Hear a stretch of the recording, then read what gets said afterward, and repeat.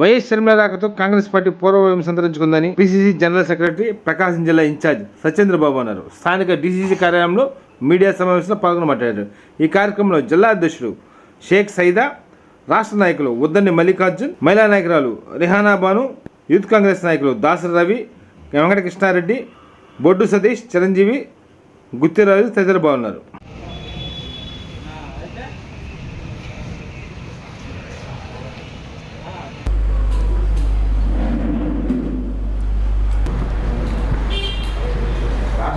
విజేంద్ర మాట్లాడతాడు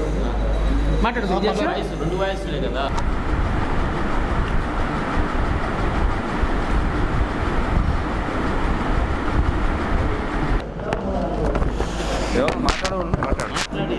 మాట్లాడియాలి.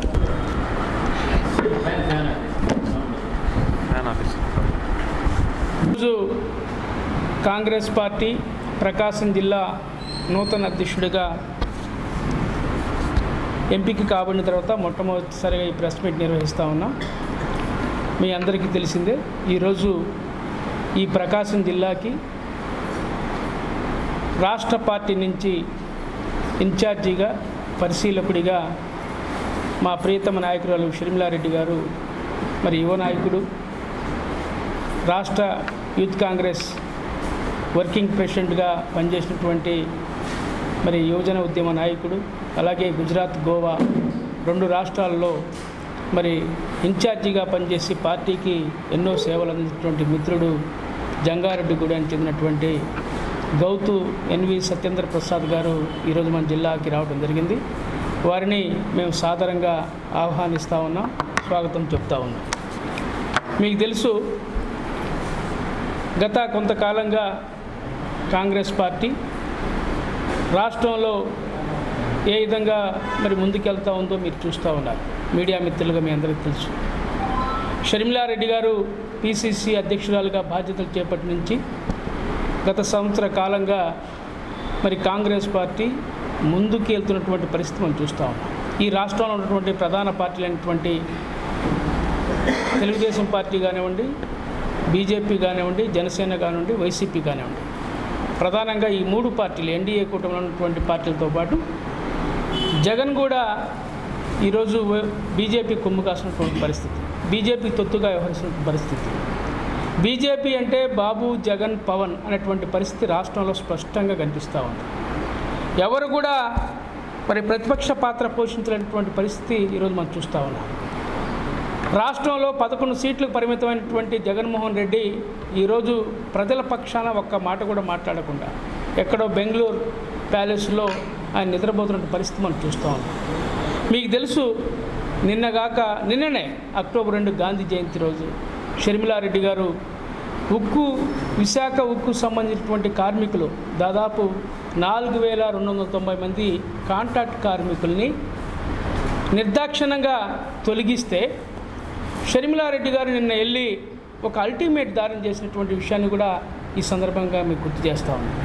ఆమె నిన్న మధ్యాహ్నం 1 గంట సమయంలో కార్మికులు ఆందోళన చేస్తున్నటువంటి శిబిరానికి వెళ్ళి, ఇప్పుడు మధ్యాహ్నం 1 గంట సమయం అయింది, ఈరోజు అక్టోబర్ 2 గాంధీ జయంతి, 4వ తారీఖు మధ్యాహ్నం 1 గంట లోపు మీరు గినక ఎవరైతే కాంట్రాక్ట్ కార్మికులు 4290 మంది ఉన్నారో వాళ్ళని గినక విధుల్లోకి తీసుకుపోకపోతే నేను ఇక్కడే నిరాహార దీక్ష చేస్తానని చెప్పి ప్రభుత్వాన్ని హెచ్చరిస్తూ అల్టిమేట్ జారీ చేసిన విషయాన్ని ఈ సందర్భంగా గుర్తు చేస్తున్నాను.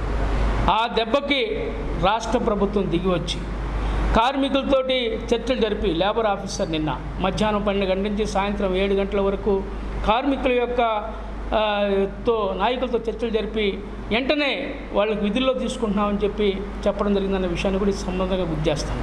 ఇది కాంగ్రెస్ పార్టీ సాధించిన విజయం, ఇది షర్మిలమ్మ సాధించినటువంటి విజయం. దీన్ని గుర్తుంచుకోవాలని తెలియజేస్తా ఉన్నాం. ఈరోజు వైసీపీ పార్టీ మునిగిపోయే పడవ.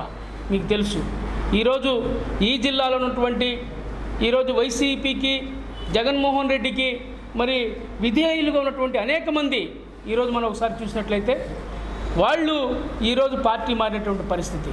ఈ జిల్లాని ఏలినటువంటి బాలినేని శ్రీనివాసరెడ్డి మరి రాజశేఖర రెడ్డి గారి బంధువు, అలాగే జగన్మోహన్ రెడ్డి గారి బంధువు, వైవి సుబ్బారెడ్డి గారికి మరి బావ.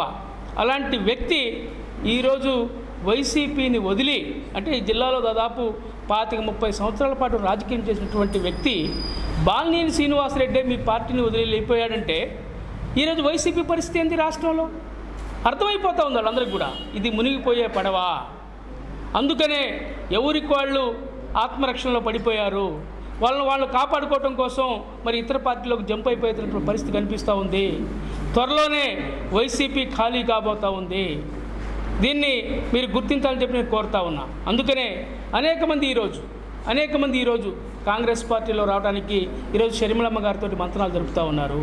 అలాగే ప్రకాశం జిల్లాలో కూడా అనేక మంది ద్వితీయ శ్రేణి నాయకులు మేము కాంగ్రెస్ పార్టీలో చేరతామని చెప్పి కూడా వాళ్ళు మాట్లాడినటువంటి పరిస్థితులు, మాతోటి చర్చలు జరుపుతున్నటువంటి పరిస్థితులు కూడా మీ దృష్టికి తీసుకొస్తూ ఉన్నాం. ఇది వాస్తవంగా. అలాగే జిల్లాకు సంబంధించి మనం చూసుకున్నట్లయితే అనేకమైనటువంటి సమస్యల మీద కాంగ్రెస్ పార్టీ ఒక ప్రణాళికబద్ధంగా ఉద్యమాలు చేయబోతూ ఉంది. నియోజకవర్గానికి జిల్లాకి వచ్చే ఈ పాత్రికేయ సమావేశం నిర్వహించడం జరుగుతుంది. మొదటగా మనం చూసుకున్నట్లయితే మొన్న జరిగినటువంటి సార్వత్రిక ఎన్నికల్లో కేంద్రంలో అధికారంలో ఉన్నటువంటి బీజేపీకి చావు తప్పి కన్నులొట్టపోయినట్టు గ్రేస్ మార్కులతో అధికారంలోకి రావడం జరిగింది. ఇదే సందర్భంలో మా నాయకుడు రాహుల్ గాంధీ గారు దేశవ్యాప్తంగా ప్రజాదరణ చోరకని లీడర్ ఆఫ్ అపోజిషన్గా ఒక మెట్టు ఎదగడం జరిగింది. ఎంతో దూరం లేదు కాంగ్రెస్ పార్టీ దేశాన్ని మరొకసారి పరిపాలించడానికి. అలాగే కేంద్రంలో ఇటువంటి పరిస్థితి ఉంటే రాష్ట్రంలో కూడా మరి మేమందరం కూడా కాంగ్రెస్ పార్టీ శ్రేణులుగా గత 10 సంవత్సరాల నుంచి ఒక మంచి నాయకత్వం లేక ఇబ్బంది పడుతున్న సందర్భంలో మా అందరికీ ఒక వరంలాగా మళ్ళీ మా దివంగత నాయకుడు రాజశేఖర్ రెడ్డి గారి బిడ్డ వైఎస్ షర్మిలారెడ్డి గారి రూపంలో ఒక మంచి నాయకత్వం రాష్ట్రంలో కాంగ్రెస్ పార్టీకి దొరికింది. కేంద్రంలో రాహుల్ గాంధీ గారు భారత్ జోడో యాత్ర ద్వారా లీడర్ ఆఫ్ అపోజిషన్ అయ్యి అక్కడ మాకు అనుకూలమైన పరిస్థితులు ఏర్పడ్డాయి. ఇక్కడ ఆంధ్రప్రదేశ్లో వైఎస్ షర్మిలారెడ్డి గారి రూపంలో ఒక గొప్ప నాయకత్వం మా కాంగ్రెస్ పార్టీకి దక్కింది. ఈ అవకాశాన్ని మరి కాంగ్రెస్ పార్టీ నాయకులు కానీ శ్రేణులు కానీ ఉపయోగించుకోవడానికి పూర్తిగా సన్నద్ధంగా ఉన్నాము. మా అందరికీ ఇవన్నీ కూడా ఉత్సాహాన్ని కలిగిస్తున్నాయి. మేమందరూ కష్టించి పనిచేసి మరి కాంగ్రెస్ పార్టీని పూర్వవైభవం తీసుకురావడానికి అవకాశాలు మెరుగుగా ఉన్నాయని ఈరోజు తెలియజేస్తూ ఉన్నాం. కేంద్రంలో చూసుకున్నట్లయితే గత 10 సంవత్సరాల్లో మరి బీజేపీ సాధించిన ఘనత ఏమండి అంటే ఏమీ లేదు. ప్రతిసారి 70 సంవత్సరాల్లో కాంగ్రెస్ పార్టీ ఏం చేసిందని ప్రశ్నించడం తప్ప. ఈరోజు చూసుకున్నట్లయితే కోవిడ్ విషయంలో నుంచి కానీ, తర్వాత నిత్యావసరాల ధరలను నియంత్రించడంలో కానీ, అలాగే డీజిల్ పెట్రోల్ లాంటి ధరలు నియంత్రించడంలో కానీ పూర్తిగా వైఫల్యం చెందింది కేంద్ర ప్రభుత్వం. అలాగే రైతులు కానివ్వండి, నిరుద్యోగులను కానివ్వండి, ఏ వర్గాన్ని కూడా సంతృప్తి పరచలేని కేంద్ర ప్రభుత్వాన్ని మనం ఈరోజు చూస్తూ ఉన్నాం. కేవలం media management, social media hype ద్వారా వాళ్ళు తిరిగి అధికారంలోకి వచ్చారు తప్ప వాళ్ళకి ఏ మాత్రం కూడా ప్రజాదరణ లేదు. మొమ్మాటికి దేశ ప్రజలందరూ రాహుల్ గాంధీ వైపు చూస్తూ ఉన్నారు. షేక్ సైదా గారి ఆధ్వర్యంలో నూతనంగా బాధ్యతలు చేపట్టిన తర్వాత రాష్ట్ర నాయకురాలు షర్మిలారెడ్డి గారి ఆదేశాల మేరకు జిల్లా బాధ్యతలు చేపట్టిన షేక్ సైదా గారు అధ్యక్షతన ఈరోజు జిల్లా ఇన్ఛార్జిగా పరిశీలకుడుగా పిసిసి అధ్యక్షురాలు షర్మిలా గారి ఆదేశాల మేరకు ఈరోజు జిల్లాకు వచ్చిన గౌతు ఎన్వి సత్యేంద్రబాబు గారికి ఆర్థిక శుభాకాంక్షలు తెలుపుతూ, అలాగే సత్యేంద్రబాబు గారు వచ్చిన పని ఏమిటంటే జిల్లా అధ్యక్షుడు అయినా మన షేక్ సైదా గారిని కనుక్కొని జిల్లాలో ఉన్న అన్ని నియోజకవర్గాలకి జిల్లా కమిటీలు, మండల కమిటీలు, అలాగే రాష్ట్ర నాయకత్వానికి పనిచేసే వాళ్ళని పరిశీలించి, ఇలాగే జగన్ పార్టీలో స్తబ్దతగా ఉన్న వాళ్ళతో చర్చలు జరిపి వాళ్ళని కాంగ్రెస్ పార్టీలో రాబోయే దిశగా మాట్లాడే చర్చలు జరపడానికి వీళ్ళిద్దరు కోఆర్డినేషన్ జరపడం కోసము షర్మిలమ్మ గారి ఆదేశాల మేరకు ఈరోజు జిల్లా వచ్చడం జరిగింది. ఈ 3 రోజులు జిల్లాలో ఉండి జిల్లాలో ఉన్న ప్రతి నియోజకవర్గానికి తిరిగి ఆ నియోజకవర్గాల్లో యాక్టివ్గా ఉన్నాడు కానీ ఇన్యాక్టివ్గా ఉన్నాడు కానీ ఇతర పార్టీల వాళ్ళు కానీ కాంగ్రెస్ వైపు మొగ్గు చూపుతున్న వాళ్ళందరినీతో చర్చలు జరిపి జిల్లా కమిటీలు, అలాగే మండల కమిటీలు, నియోజకవర్గాల కమిటీలన్నింటినీ వేసి రాష్ట్ర కమిటీకి నివేదిక సమర్పించి రాష్ట్ర నాయకురాల ఆదేశాల మేరకు ఏ ప్రోగ్రాం ఎలా చేయాలనేది దిశానిర్దేశాలు చెప్పడం కోసం ఈరోజు సత్యేంద్ర బాబు గారు చేయడం జరిగింది. ఆయన అధ్యక్షతన అలాగే మన జిల్లా అధ్యక్షుడు షేక్ సైదా గారి ఇద్దరు కోఆర్డినేషన్ మీద జిల్లా కాంగ్రెస్ పార్టీ అభివృద్ధి పరంగా ముందరకు జరుగుతుందని పత్రికాముఖంగా తెలియజేస్తున్నాను.